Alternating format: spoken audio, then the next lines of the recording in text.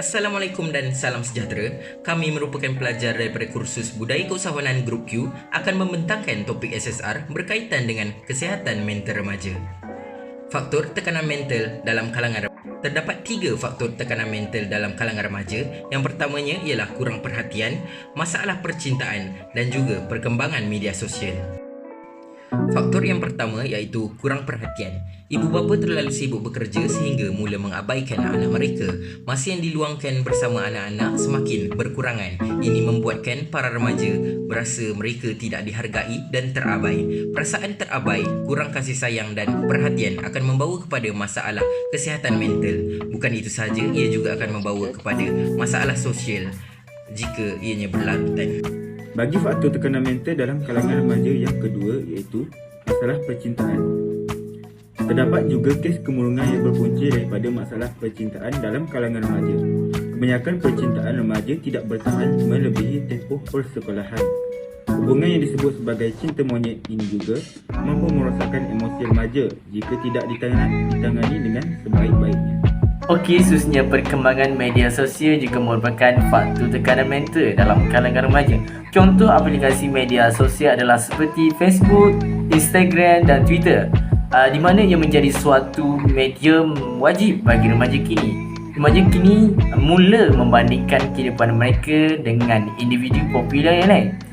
Bagi ibu bapa yang tidak berkemampuan untuk memberikan kehendak tersebut, mereka cuba untuk mula memberontak dan sekaligus menghadapi tekanan. Perkembangan media sosial juga menyebabkan cyberbully itu dikecam oleh para netizen. Yang seterusnya ialah kesan negatif kesihatan mental terhadap remaja. Terdapat beberapa kesan negatif kesihatan mental kepada remaja. Antara yang pertama ialah pelibatan mereka dalam akademik.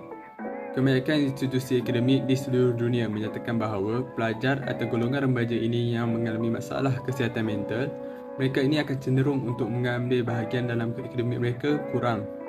Jadi, pelajar yang mengalami masalah kesihatan mental ini boleh menyebabkan mereka ini hilang minat belajar, kurang pelibatan dalam perbualan dan mengalami penurunan dan kadar kehadiran kelas.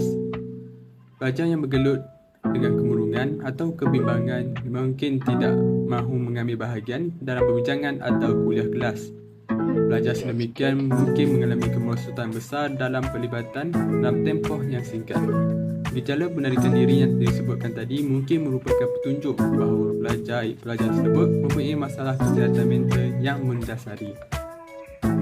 Assalamualaikum warahmatullahi wabarakatuh. Nama saya Muhammad Fahmi. Saya akan menerangkan tentang kesan negatif kesihatan mental bagi remaja. Salah satu kesan negatif kesihatan mental remaja ialah penumpuan dan tujuan. Pelajar yang menghadapi masalah kesihatan mental mungkin sukar untuk memberi tumpuan semasa kuliah. Ini boleh menunjukkan bahawa pelajar mungkin mengambil masa yang lebih lama untuk memahami sesuatu topik. Pelajar juga tidak dapat ambil bahagian secara aktif dalam sesi pengajaran. Pelajar juga mungkin tidak dapat menumpukan perhatian pada tugasan yang diberikan dan sebagainya. Keciciran yang lebih tinggi dan kadar pengekalan yang lebih teruk dalam kalangan pelajar juga dikaitkan dengan masalah kesihatan mental. Mungkin terdapat kelembapan dalam kemajuan akademik. Hal ini demikian kerana mereka mungkin memikirkan sesuatu perkara sehingga menyebabkan kesihatan mental mereka terjejas. Contohnya, masalah peribadi yang terlalu besar.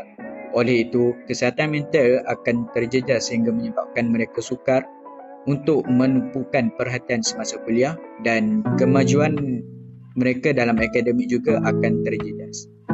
Oleh faktor-faktor yang dinyatakan tadi, terdapat beberapa kesan kepada remaja apabila kesihatan mentalnya tidak dijaga. Antaranya ialah stres ataupun tertekan. Stres memberi kesan terhadap emosi seseorang. Emosi seseorang itu akan terganggu dan perasaan risau sentiasa menghantuinya. Selain itu, seorang itu akan mengalami ketegangan fikiran dan tidak dapat membuat keputusan dengan baik. Stres juga menyebabkan seseorang itu berasa seolah-olah otaknya sentiasa letih dan penat berfikir. Stres juga mengubah sikap seseorang itu daripada seorang yang sabar kepada cepat marah dan sentiasa mengeluh. Kadang-kadang, seseorang itu juga menunjukkan perasaan runsing, kecewa dan mudah menangis. Stres yang tidak terkawal akan menyebabkan perasaan cemas, sensitif, murung, sukar tidur dan hilang selera makan. Saya akan membincangkan langkah-langkah untuk mengatasi masalah mental dalam kalangan remaja. Iaitu untuk langkah yang pertama.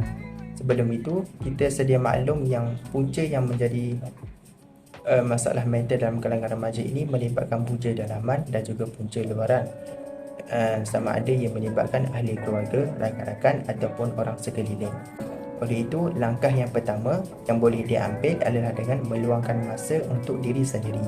Dengan meluangkan masa untuk diri sendiri, remaja yang menghadapi masalah mental ini, dia boleh memberikan diri mereka ruang untuk menjalani proses penyembuhan, di mana dalam proses penyembuhan itu mereka bolehlah melakukan perkara-perkara yang disukai, sama ada melakukan aktiviti sukan dan riadah, aktiviti penyembuhan melalui alam semula jadi, sama ada berkunjung ke pantai, ke tasik dan sebagainya. Keadaan ini penting untuk mengurangkan tekanan yang dihadapi oleh mereka, sama ada fizikal ataupun mental. Secara keseluruhannya, ia dapat menjadikan mental mereka itu lebih sihat dan juga stabil. Baik, alternatif lain yang dapat dilakukan untuk mengelakkan masalah mental adalah dengan melakukan aktiviti riadah seperti bersenam ataupun bersukan. Sebagaimana kita tahu bahawa aktiviti riadah ni mendatangkan pelbagai manfaat sekiranya kita aktif dalam menyertai aktiviti tersebut. Sebagai contoh, kita dapat mengisi masa lapang bersama dengan orang yang kita rapat, baik keluarga kita maupun rakan-rakan kita. Aktiviti riadah juga dapat menyihatkan badan seseorang. Tambahan pula, banyak kemudahan pusat riadah yang terdapat di negara kita, seperti taman permainan dan padang-padang yang telah lengkap dengan trek untuk berjoging atau berbasikal yang boleh digunakan untuk mencergaskan tubuh badan kita. Oleh itu, kita dapat mengurangkan stres dan tekanan yang kita alami, sekaligus dapat menyihatkan kesihatan mental kita. Kesimpulannya, aktiviti riadah ini dapat mengatasi masalah mental kerana badan yang cergas akan membentuk minda yang sihat. Kita beralih pula kepada langkah terakhir dalam mengatasi atau mengelakkan mental illness ini. Antara langkah tersebut adalah dengan berhubung dengan orang lain. Kerana mempunyai hubungan yang baik dengan orang lain adalah cara yang paling berkesan kepada kita untuk mengelakkan masalah atau mengatasi masalah mental ini. Hal ini kerana menghabiskan masa bersama dengan orang yang kita sayangi seperti keluarga, rakan-rakan dapat membantu kita untuk mengurangkan stres dan juga meningkatkan mood kita kepada yang lebih baik untuk kita melakukan kegiatan seharian. Walaupun berkomunikasi dengan orang lain mengambil masa yang lama untuk kita beradaptasi dengan masyarakat, namun bertanya dan mendengar adalah satu kunci untuk kita membina hubungan dengan orang di sekeliling kita. Sekian, itu sahaja perkongsian daripada kami. Semoga perkara-perkara atau info-info yang kami sampaikan dapat digunakan oleh masyarakat dan diharapkan masyarakat mengambil berat tentang kesihatan mental, khususnya dalam golongan remaja. Jaga diri, jaga fizikal dan jaga mental anda demi masa depan yang cerah.